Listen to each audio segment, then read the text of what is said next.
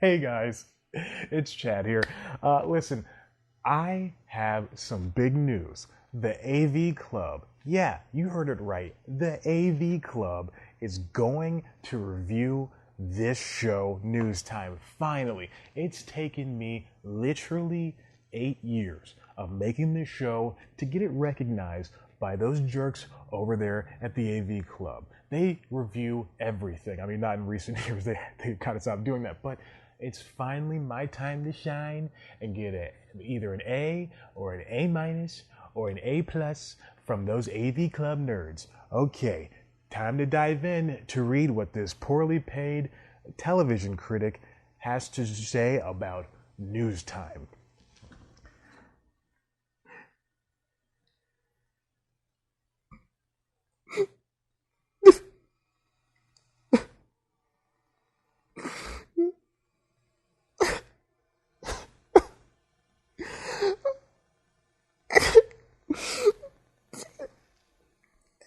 It's not mean, it's very nice. It's News Time. Delivering to you the news you didn't know about, the news you didn't care about, and the news you didn't know you cared about. With host, Chad White. Now, here's that host, Chad White.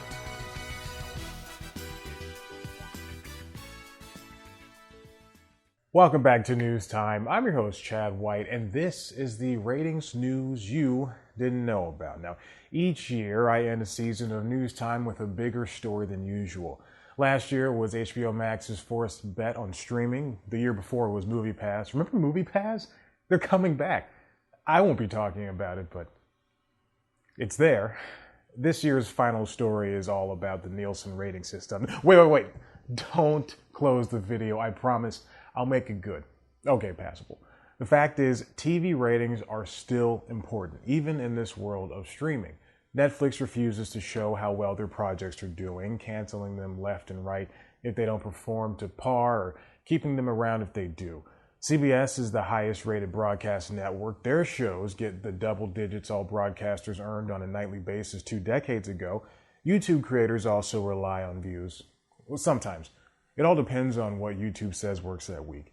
However, ratings are still important. And apparently, Nielsen, the biggest ratings analyst, has been screwing up for a very long time now. Let's start at the beginning, or the semi-beginning. When the pandemic hit in early 2020, all of television and film was thrown into flux.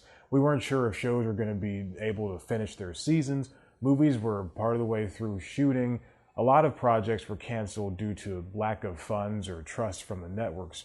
In July of 2020, Nielsen decided to walk back its decision to delay what they called out-of-home viewers, a new form of measurement that they were coming up with in order to boost viewers for networks.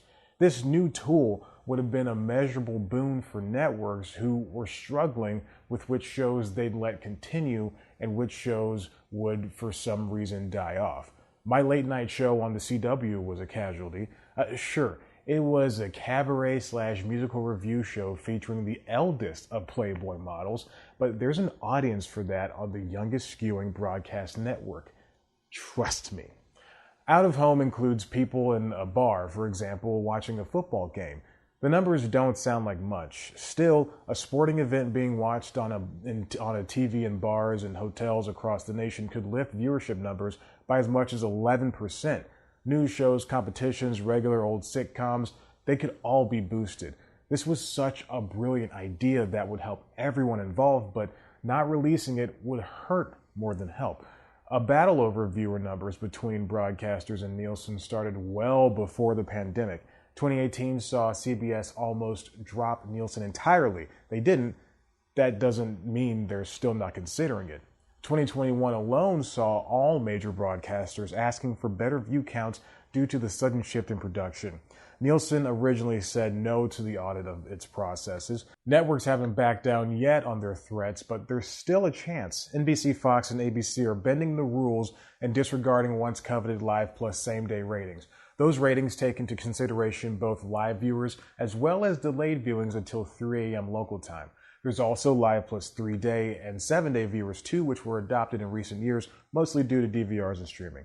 Unfortunately, my ideas for Live Plus 4,200 day viewers aren't being considered because, which stinks because it's taking me forever to make my way to Web Soup. I know it's 11 years old at this point, but I just hope it's still relevant. It appears as though all broadcasters want to do away with their traditional rating system altogether. We can't just stop using one system entirely and not suggest a new one immediately. It could be bad, like how many Android app stores there are. Do you really want to download Tinder through the Samsung Galaxy Store? On top of getting herpes, you're also going to get phone herpes. It's a thing. And it itches. On the other hand, having a closed-off app store system opens you up to regulatory issues.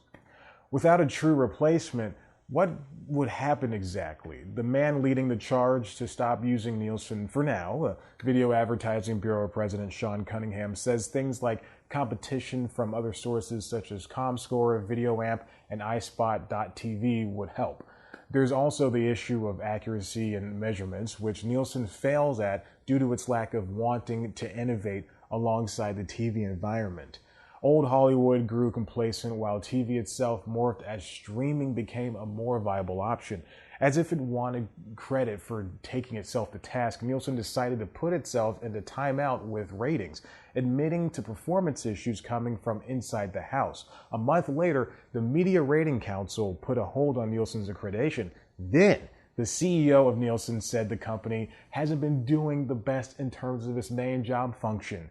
All the twists and turns make this appear to be the least interesting HBO series that everyone is watching. It's Big Love. Who am I kidding? No one's watching that. Only I am. Who am I kidding? I stopped halfway through 4 years ago.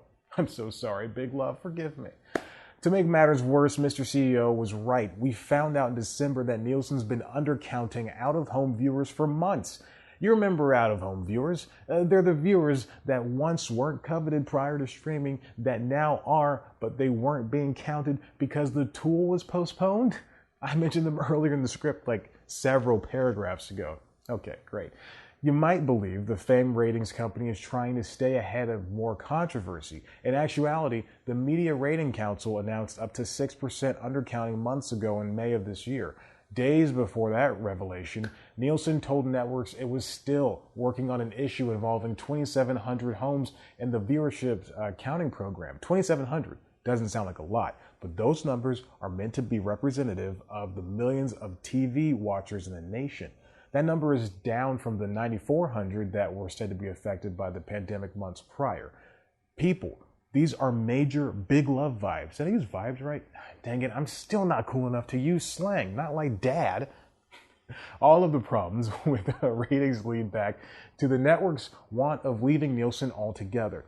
Now, speak of a rival is heating up more than ever. However, it's the advertisers who want more out of ratings. The Video Advertising Bureau is trying to pave way for newly founded systems.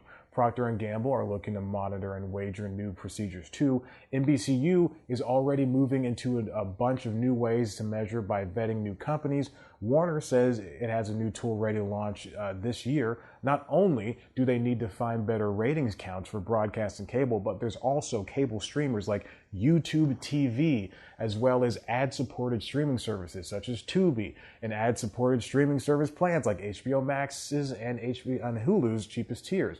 Oddly enough, this reminds me of how Hulu was created. A bunch of companies come together to put on a streaming service only for one company to take majority stake while not giving it the love it needs as the others try to do streaming themselves to little or no effect on the streaming environment. Even Netflix, the company that doesn't like sharing how well it's doing. You know, like your married friends who are always going on vacations and posting about how they love each other on Instagram while you're sitting at home struggling to put out news time and the constitutionals consecutively, getting 2 views that are both you on every single video. Then when you hang out with those married SOBs and say they look happy, they always respond, "We only post the good moments." And you're like, well, shit, I wish I had at least one of those.